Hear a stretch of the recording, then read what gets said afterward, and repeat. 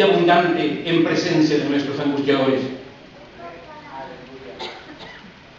Donde el abuso, el hostigamiento, la marginación y la explotación habrán quedado definitivamente atrás. Amén. La tienda del Padre, donde la sociedad justa y caritativa de Dios sucede, viene después de la sociedad injusta, corrupta y mortífera del hombre.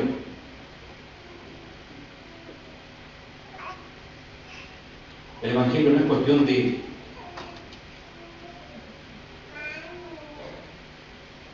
espiritualismo nomás. El Evangelio tiene que ver con la plenitud de Dios, por ende con la saciedad y el satisfacer la multitud de nuestras necesidades. El Evangelio es la integridad de Dios que viene a recoger al hombre necesitado integralmente. Es interesante, a veces se dice que la Iglesia no debe hablar o meterse en política. Yo entiendo lo que se quiere decir. No tenemos que meternos en politiquería, no tenemos que meternos en partidismo, eso fuera. Amén.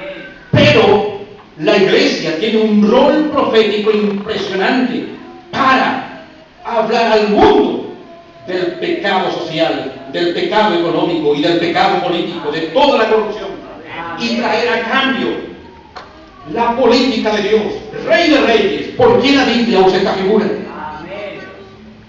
Eres Rey de Reyes, eres el Rey de la política infinitamente justa, caritativa, no corrupta. La Iglesia tiene mucho que enseñar a los políticos.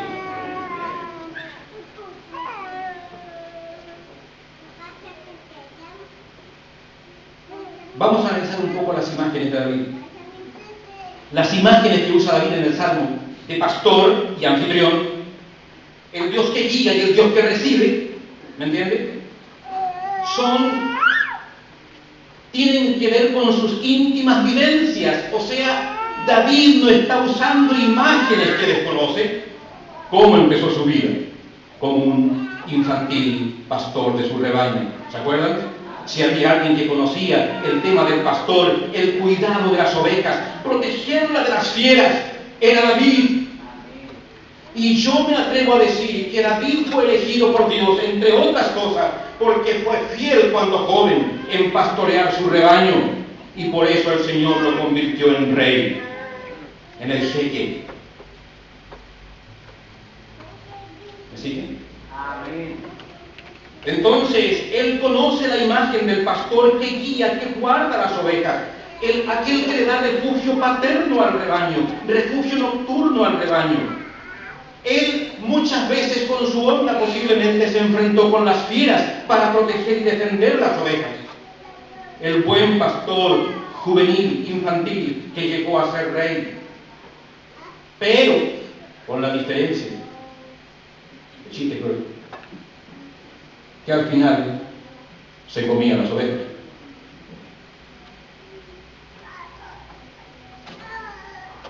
Los pastores humanos quieren mucho a sus animales, mucho a sus ovejas, pero pastorean para la muerte. Los pastores humanos son asesinos agendados. Matan. Sin embargo, el pastor de David pastorea para la vida. Amén. Esa es la diferencia con el pastor terrenal. Por eso no hay imagen que describa a Dios. Algo se describe. Y David como rey, señor de su casa real, muchas veces fue anfitrión, porque esto tenía que ver con los mandamientos de Israel, de los menesterosos, de los más olvidados en su casa real. David llegó a ser uno de los grandes reyes, tal vez el más grande de los reyes de Israel, protector de su pueblo. En Israel, en la cultura de Israel y de sus pueblos del Medio Oriente, y especialmente en la mente de Dios, atención, pastor y rey eran cosas muy relacionadas. Ambos eran protectores de la grey, pero al final también el que fue el rey que esperaban con su mesa servida a los menesterosos de Israel, al final él también flaqueó y terminó siendo un no buen rey. Era un pastor que pastoreaba para matar a sus ovejitas. Y fue un rey que, aunque tierno y protector, pastor de su pueblo, terminó siendo un mal rey. Pero Jehová es Rey y Padre eterno. Reina paternalmente para siempre. Amén. Otra cosa que es interesante destacar acá, hermanos, es que las estaciones de la vida por las cuales el pastor nos conduce, nos preparan para la casa y la mesa del Padre. Sea los verdes pastos, sea el valle de sombra de muerte. Este es un tema muy tremendo, porque tenemos que aprender que no tenemos que forcejear tanto contra la vida. No tenemos que gastar tanta energía a veces no de acuerdo a la voluntad de Dios para conseguir lo bueno. Y de repente no tenemos que luchar tanto contra lo malo. ¿Saben por qué? Porque lo bueno y lo malo son estaciones de la vida, del peregrinaje, diseñadas por el Padre. ¿Qué estoy diciendo? No podemos ir solo detrás de los verdes pastos. No podemos pretender que el día saludable, lleno de verdes praderas, permanezca para siempre, porque no es el diseño de Dios para la vida. No podemos luchar toda la vida contra lo malo y contra el día oscuro y el valle de sombra de muerte, porque así como las verdes praderas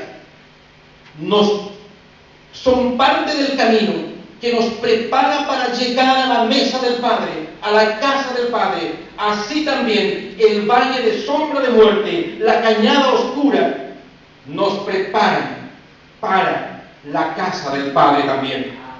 Entonces, no luchemos contra el diseño, contra el itinerario de Dios, porque el itinerario de Dios es pastoral, y lo bueno y lo malo que nos ocurre, si es el diseño de Dios, lo bueno y lo malo que nos ocurre, ¿sabe lo que está haciendo Dios? Construyendo y preparando nuestra vida para el final del viaje. Amén. Lo bueno que nos ocurre es un adelanto. Las verdes praderas es un adelanto de la mesa servida en la casa real que nos espera. Amén. Y el valle de sombra de muerte es una advertencia de lo que nos espera fuera de la casa del Padre. Amén. Señor.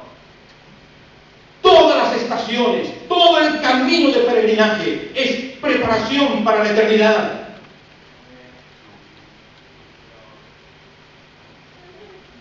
Esto es muy interesante entenderlo porque nos corrige incluso la temática en las peticiones de oración. Que el Señor mande lo bueno y la bendición, pero no entendemos como bendición el día oscuro y crítico. ¿Me entiende? El día crítico es igualmente bendición, porque tiene que ver con el pastoreo del Padre, con el construir de nuestras vidas del Padre, para que lleguemos preparados al final, a la mesa servida, al final de los tiempos, en la eternidad, en la casa real del Padre Celestial.